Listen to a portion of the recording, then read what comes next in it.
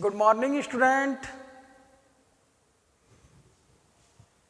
निर्मल TT college की online classes में आपका हार्दिक अभिनंदन। प्रशिक्षणार्थियों,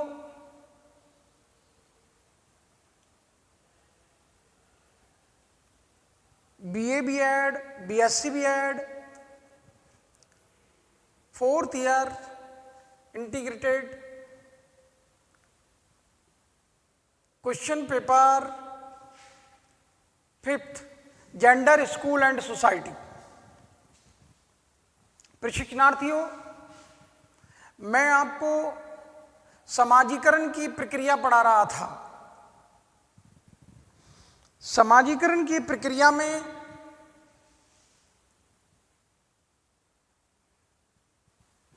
हमारे पाठ्यक्रम का, हमारे शिक्षकों का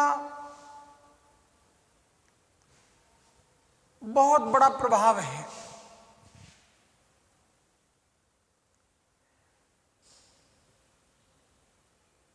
बालक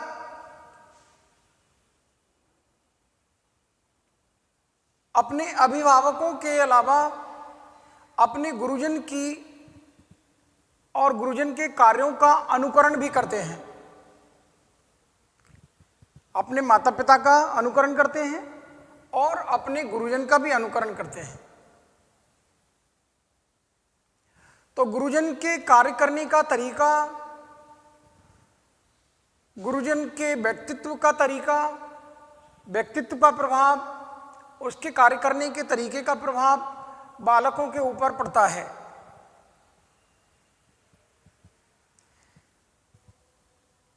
शिक्षक राष्ट्र के निर्माता यूं ही नहीं बन जाते।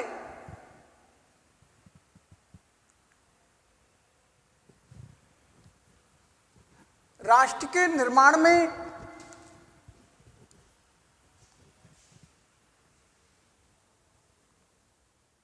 शिक्षकों की महत्वपूर्ण भूमिका है।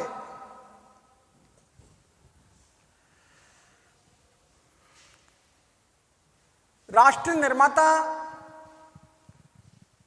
एक डॉक्टर्स के लिए नहीं आता, राष्ट्र निर्माता एक एडवोकेट के लिए नहीं आता, राष्ट्र निर्माता एक अच्छे इंजीनियर के लिए नहीं आता, राष्ट्र निर्माता एक अच्छे नेता के लिए नहीं आता। राष्ट्र का निर्माता शिक्षक है। आखिर क्यों?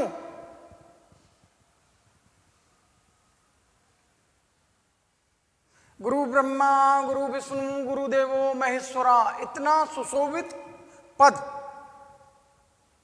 राष्ट्र का निर्माण करने में एक शिक्षक की महत्वपूर्ण भूमिका है।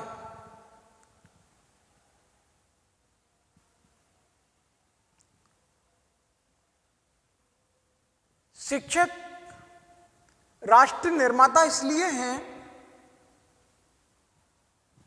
कि उपस्थित जन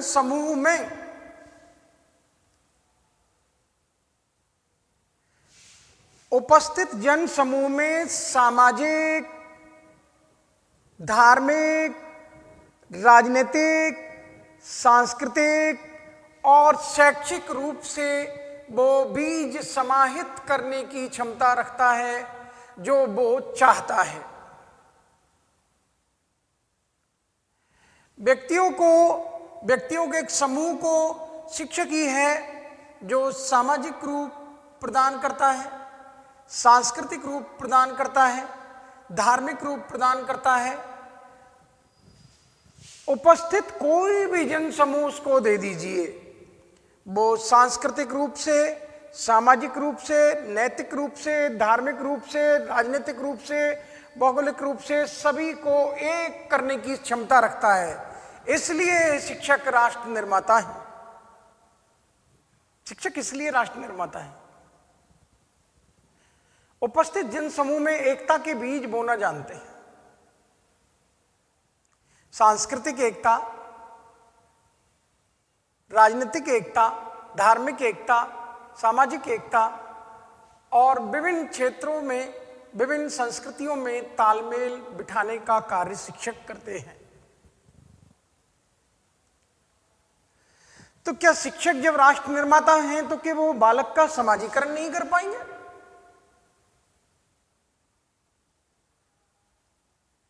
शिक्षक के प्रत्येक कार्य और व्यवहार को ऐसा होना चाहिए, क्योंकि शिक्षक को इस बात का आभास होना चाहिए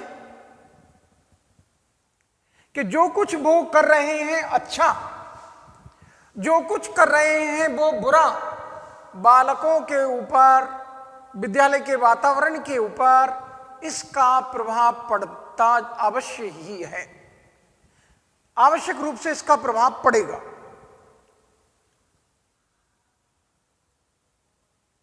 शिक्षक की कार्यशैली, शिक्षक का आचरण, शिक्षक के व्यक्तित्व, इन सबको लेकर बालक लालायित रहते हैं और उन्हीं का अनुकरण करते हैं। जो जो शिक्षक के गुण, जिन जिन शिक्षकों का आचरण, जिन जिन शिक्षकों की सद्भावना बालकों को अच्छी लगती है, वो उन्हीं के नक्शे कदम पर निकल जाते हैं। तो क्या बालकों का समाजीकरण नहीं होगा? बशर्ते शिक्षकों के कार्य और व्यवहार में परिवर्तन हो तब। तो कुछ सुझाव दिए गए हैं कि शिक्षकों का व्यवहार और समाजीकरण। बालकों के ऊपर शिक्षक का प्रभाव प्रत्यक्ष रूप से पड़ता है और ये बालकों के समाजीकरण में तीव्र गति प्रदान करता है। जो भी बालकों के ऊपर प्रभाव शिक्षक का पड़ा है, उसका तीव्र गति से प्रभाव बालक के ऊपर पड़ता है। शिक्षक को चाहिए कि वो बालकों की व्यक्तित्व की गरिमा का आदर करें, बालकों के लिए आदर्श स्थापित करते हुए उनके आदर्शों का आदर करें और इस प्रकार से बालक का समाजीकरण किया जा सकता है। सहानुभूति, प्रेम, सद्भावना और मानवीय संबंध। इंसान को इंसानियत का पाठ पढ़ाने के लिए, मानव को मानवीयता के गुणों से भरपूर भर देने के लिए सबसे महत्वपूर्ण सहानुभूति, प्रेम, सद्भावना और मानवीय संबंधों का अच्छा होना अनिवार्य है।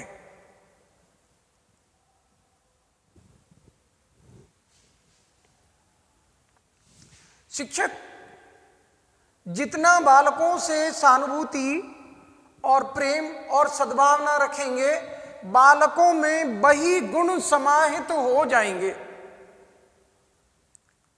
उनके गुरुजन ने, उनके गुरु ने, उनके शिक्षक ने उनको ये पाठ पढ़ाया है, दया का पाठ पढ़ाया है, सहानुभूति का पाठ पढ़ाया है, सहयोग का पाठ पढ़ाया है, अनुशासन का पाठ पढ़ाया है।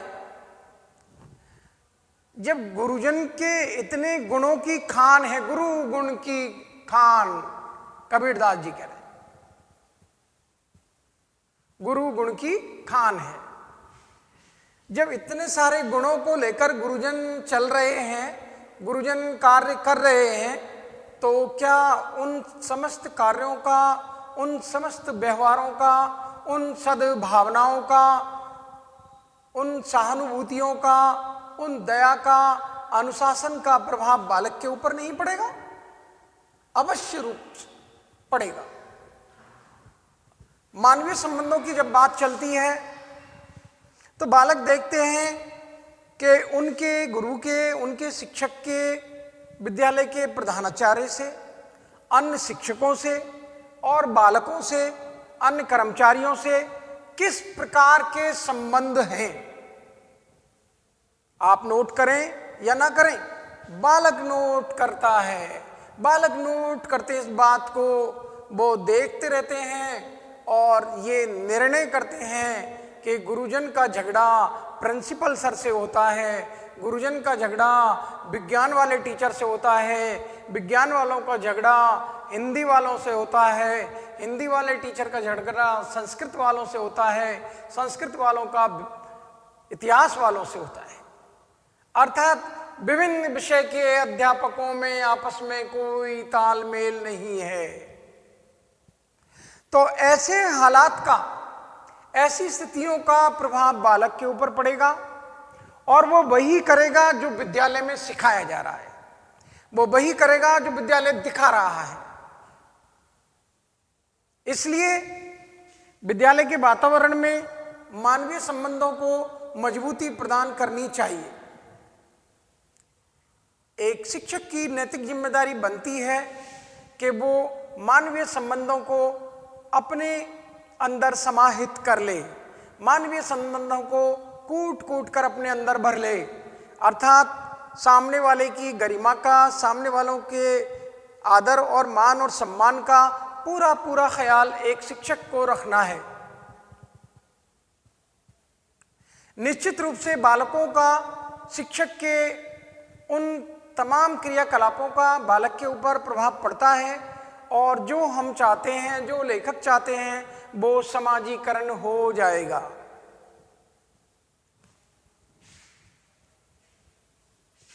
सर्वधर्म एक शिक्षक की नैतिक जिम्मेदारी ये बनती है कि वो सभी धर्मों का आदर और सद्भावना उनके प्रति प्रकट करे। आपका धर्म कोई भी हो, आप किसी भी ईश्वर में यकीन करते हो, निराकारवादी हो या एक ईश्वरवादी हो या बहुदेववादी हो, इससे बालकों के ऊपर कोई फर्क नहीं पड़ता। बालकों के ऊपर फर्क पड़ता है तब जब आप अपने लिए, अपने धर्म के लिए, अपने मजहब के लिए, अपने इष्ट के लिए श्रेष्ठ और दूसरे धर्म के मानने वालों के इष्ट को, उनके मजहब की बातों को आप कम आंकते हो, तब फर्क पड़ता है। आपको समस्त बालक आपके विद्यालय में जब आते हैं, विभिन्न धर्मों को, विभिन्न संप्रदायों को, विभिन्न संस्कृतियों को, विभिन्न भौगोलिक क्षेत्रों से, विभिन्न भाषाओं से आपके पास आते हैं, तो ऐसी स्थिति में एक शिक्षक का नैतिक दायित्व ये बनता है कि वो बालकों के लिए, बालकों के प्रति सद्भावना प्रकट करे और सभी धर्मों का आदर और सम्मान करे। तब ही बालक सभी धर्मों का आदर और सम्मान करना सीखेंगे। आप दूसरे मजहब के लोगों के साथ में मिसबिहेव करते हो, उनका निरादर करते हो, तो निश्चित रूप से बालक के ऊपर यही प्रभाव पड़ेगा और वो ग्रंथि बन जाएगी, और फिर आगे चल के वो भी समाज में उन्हीं हरकतों को करेगा जो एक गुरु के द्वारा की जा रही है। प्रशिक्षणार्थियों, आपके लिए इस पाठ को पढ़ाने के पीछे उद्देश्य यही है कि आप भी सर्वधर्म सद्भाव में दृढ़ आस्था रखें, जिससे बालकों का समाजीकरण आसानी से किया जा सके। समाज सेवा, समाज सेवा के जो कार्य हैं, उन कार्यों से बालकों को ये प्रेरणा दी जा सकती है कि उनके गुरु भी समाज सेवा में बढ़ चढ़कर, उनके शिक्षक भी समाज सेवा में बढ़ चढ़कर हिस्सा लेते हैं और बालकों को सामूहिक कार्य करने की प्रेरणा प्रदान करते हैं।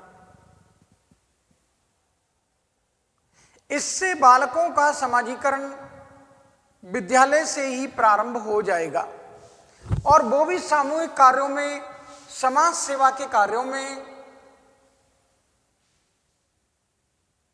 गरीबों की मदद करना, बेसहारों को सहारा देना,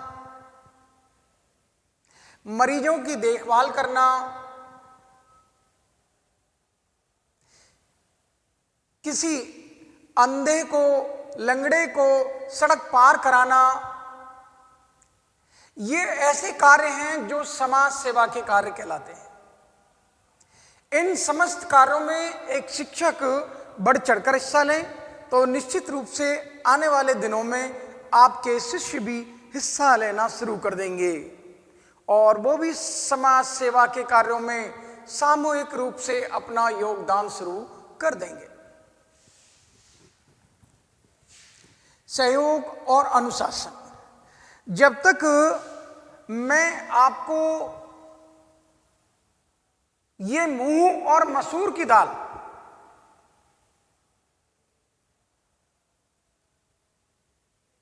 की दाल मैं इस लायक तो हूं कि मैं आपको उपदेश दे सकूं, और आप उपदेश दे रहे हैं और आप अमल नहीं करते हैं, तो आपके लिए ऐसे कहा गया है कि जो व्यक्ति अपने ज्ञान पर अमल नहीं करता वो पुस्तकों को अपनी पीठ पर लेकर एक चलने वाला पशु के समान है। जिसने अपने ज्ञान पर अमल कर लिया उससे बड़ा दुनिया में दूसरा कोई विद्वान नहीं हो सकता। क्या आपका समाज सेवा में सामूहिक कार्य करने के अवसर बालकों को अधिक से सहयोग करना बालकों को सिखाएं, अनुशासन में खुद रहें और बालक रहना सीख जाएंगे। आपकी पर्सनैलिटी से, आपके कार्य व्यवहार से, आपकी वेशभूषा से, आपकी वाणी से, समस्त क्रियाकलापों से अनुशासन झलकना चाहिए।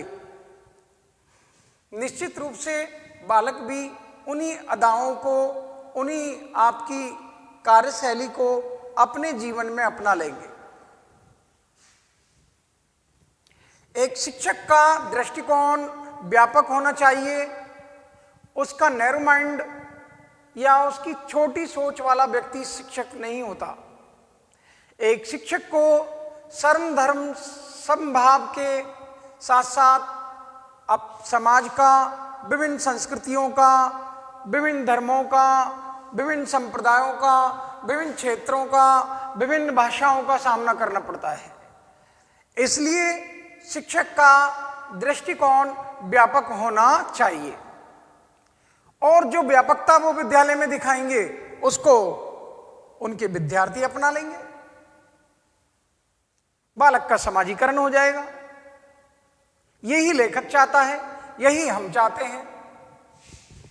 प्रशिक्षणार्थियों, आज दिन आपसे चर्चा चलती है कि एक शिक्षक को लोकतांत्रिक अर्थात लोकतंत्र में आस्था रखने वाला होना चाहिए।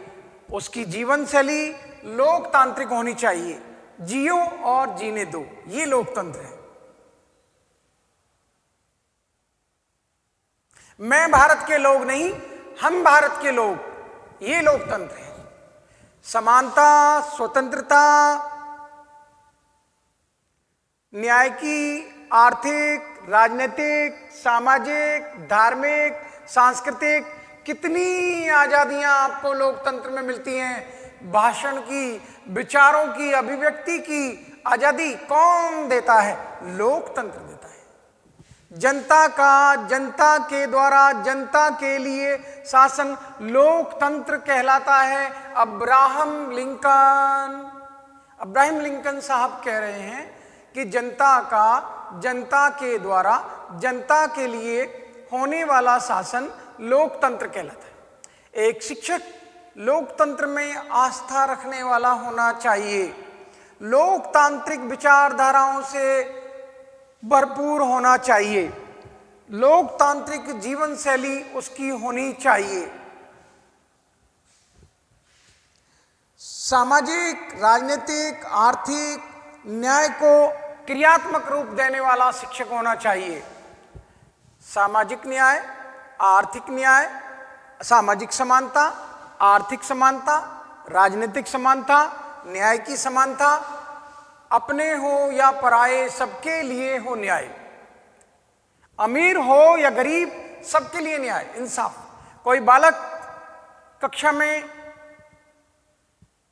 ऐसी हरकतें करता है जो कक्षा के अनुशासन के विरुद्ध है, ऐसी स्थिति में शिक्षक के लाडले शिष्य हों या गैर लाडले, दोनों को समान रूप से पनिशमेंट मिलना चाहिए। न्याय में यही है, अपने हों या पराये, सबके लिए हो न्याय। तो सामाजिक समरसता लाने का कार्य, न्यायिक व्यवस्था बनाए रखने का कार्य, राजनीतिक समानता, आर्थिक समानता, ये सारे के सारे क्रियाकलाप एक शिक्षक के पास में होने चाहिए और उसको अपनी जीवन शैली में उनको अपनाना चाहिए, जिसका प्रभाव बालकों के ऊपर पड़ता है और उनका अच्छे ढंग से समाजीकरण हो जाता है। प्रशिक्षणार्थियों, एक शिक्षक का सामाजिक व्यवहार बहुत मायने रखता है।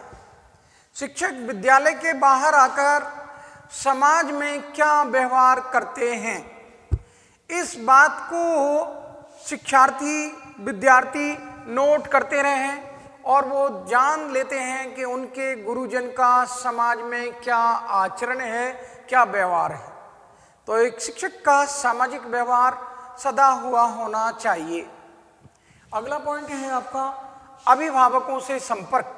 शिक्षक को माता पिताओं से, बालकों के माता पिताओं से संपर्क स्थापित करना चाहिए और उनकी जो तमाम तकलीफें हैं, मनोवृत्तियां हैं, और वो तमाम मनोवृत्तियों को, उनके संकोच को, उनके समाधान, उनकी समस्याओं का समाधान करना चाहिए।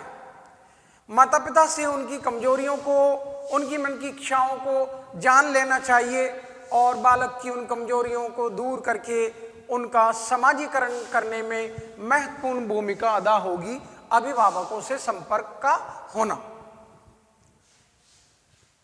अब आती है बात कि समाजीकरण हेतु हम शिक्षक को तो इतने सारे गुणों से भर दिया, लेकिन शिक्षा के ढांचे में क्या परिवर्तन करें? शिक्षा के ढांचे में क्या परिवर्तन करें जिससे शिक्षा के ढांचे में कैसे परिवर्तन किए जाएं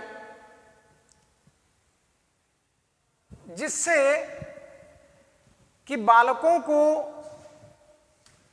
समाजीकृत किया जा सके, बालकों का समाजीकरण किया जाए। तो समाजीकरण के लिए सरकार को चाहिए कि 6 वर्ष से लेकर 14 वर्ष तक की आयु के बालक और बालिकाओं की शिक्षा को अनिवार्य किया जाए और निःशुल्क प्रदान किया जाना चाहिए। 6 वर्ष से लेकर 14 वर्ष तक की आयु के बच्चों की शिक्षा व्यवस्था अनिवार्य हो और निःशुल्क शिक्षा व्यवस्था होनी चाहिए, जिससे कि अधिक से अधिक व्यक्तियों का, अधिक से अधिक बालकों का समाजीकरण किया जा सके।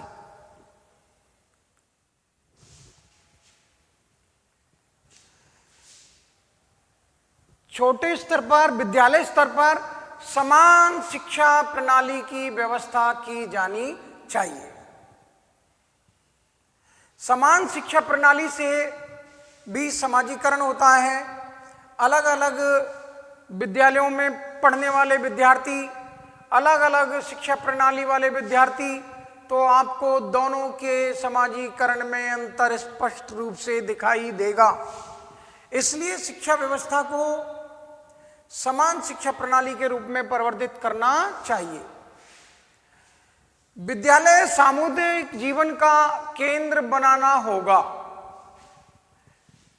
शिक्षा के ढांचे में परिवर्तन करने के लिए विद्यालय को सामुदायिक जीवन का केंद्र बनाना होगा।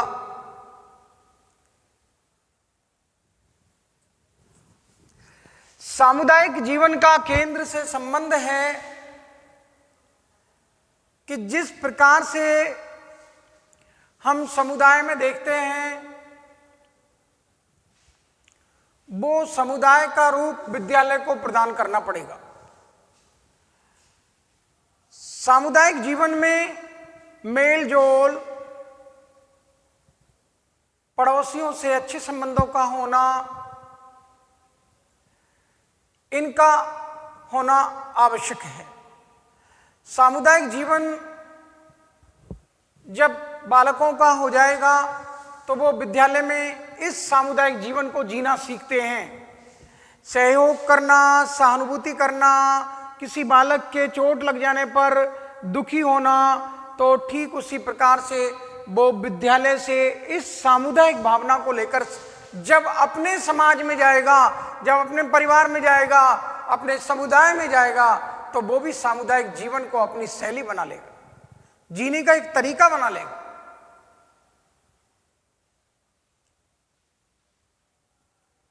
बाढ़ पीड़ितों की सहायता करना, अकाल पीड़ितों की मदद करना, मजलूमों को, दुखियों के दुखों को दूर करने का तरीका उसने विद्यालय की संस्कृति में सीखा है। ये सामुदायिक भावना उसको विद्यालय में सिखाई गई। इसलिए विद्यालयों को सामुदायिक जीवन का केंद्र बनाना आवश्यक है। ये परिवर्तन करना होगा कि विद्यालय सामुदायिक जीवन का केंद्र बन जाएं। विद्यालय में सर्वधर्म समभाव के कार्य होने चाहिए। जैसा कि मैं आपको पहले बता चुका हूं कि विद्यालय में हिंदू, मुस्लिम, सिख, ईसाई, जैन, बौद्ध, पारसी, विभिन्न धर्मों को मानने वाले, विभिन्न संस्कृतियों को मानने वाले, विभिन्न क्षेत्रों के, विभिन्न भाषाओं के, विभिन्न संप्रदायों के बालक, विभिन्न जातियों के बालक आपके विद्यालय में आते हैं। तो शिक्षा में इस बात का ध्यान रखना चाहिए कि सर्वधर्म अर्थात सभी धर्मों के प्रति सद्भावना विद्यालय में और विद्यालय की शिक्षा व्यवस्था में और विद्यालय के कार्यों में स्पष्ट रूप से होनी चाहिए। प्रशिक्षणार्थियों, सर्वधर्म सद्भाव के कार्यों को जब बालक विद्यालय में देखेगा तो निश्चित रूप से वो अपने जीवन में भी उनको ढाल लेगा। और सर्वधर्म सद्भाव के वो कार्यक्रम जो विद्यालय में आयोजित होते थे, उनसे उसको प्रेरणा मिलेगी और वो भी दूसरे धर्म के मानने वालों का, वो भी दूसरी जातियों का, वो दूसरे संप्रदायों का, वो दूसरे मतों का और दूसरे मजहब के मानने वालों का, सबके प्रति सद्भावना स्थापित कर लेंगे। और सद्भावना स्थापित करके वो समाज में समाजीकृत हो जाएंगे, अर्थात उनका समाजीकरण हो जाएगा।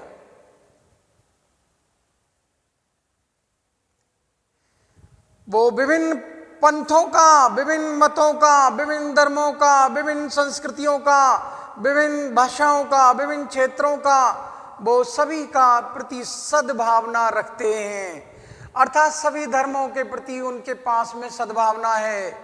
तो उन बालक जो सर्वधर्म सद्भावना रखने अपने विद्यालय से सीखे हैं, अपनी शिक्षा ने उनको सिखाया है कि मजहब नहीं सिखाता आपस में बैर रखना, हिंदी है हम वतन है हिंदुस्तान हमारा, सारे जहां से अच्छा हिंदुस्तान हमारा, सारे जहां से अच्छा हिंदुस्तान हमारा। उनको शिक्षक ने शिक्षा में ये पाठ पढ़ाया था कि दुनिया में कोई मजहब ऐसा नहीं है जो आपस में बैर रखना सिखाता हो, कोई मजहब ऐसा नहीं है जो शत्रुता रखना सिखाता हो। ये इंसान का अपना नेचर है जिससे वो शत्रुता करता है। धर्म कभी शत्रुता नहीं सिखाते, इसलिए हमको धर्मों के प्रति सद्भावना रखनी चाहिए। तो हमारी शिक्षा व्यवस्था का ये हिस्सा भी होना चाहिए कि हम सर्वधर्म सद्भावना के कार्य विद्यालय में करें, हमारी शिक्षा प्रणाली में हो। नागरिकता की बात जब चलती है तो भीड़ को नागरिक नहीं कहा जाता। किसी राष्ट्र का निर्माण प्लेटो का कथन है, अफलातून का कथन है, मेरा नहीं है। क्या डायलॉग है, क्या संवाद है, आप नोट कर लीजिए। किसी राष्ट्र का निर्माण चट्टानों से, वृक्षों से, पर्वतों से और खूबसूरत इमारतों से नहीं होता। लो साहब, अफलातून कह रहे हैं किसी राष्ट्र का निर्माण चट्टानों से, वृक्षों से, बाग बगीचों से, नदियों से, झरनों से, तालाबों से, पर्वतों से नहीं और खूबसूरत इमारतों से नहीं होता। ताजमहल, लाल किला, कुतुब मीनार आदि इत्यादि, इनसे निर्माण राष्ट्र का नहीं होता। राष्ट्र का निर्माण होता है उस राष्ट्र के सुसंस्कृत और सुसभ्य नागरिकों से, सद्नागरिकों से होता है। और सद्नागरिकता के पाठ विद्यालय में पढ़ाए जाते हैं। सद्नागरिकता के पाठ शिक्षा व्यवस्था के अंतर्गत हैं। तो सद्नागरिकता हमारी शिक्षा व्यवस्था में होनी चाहिए।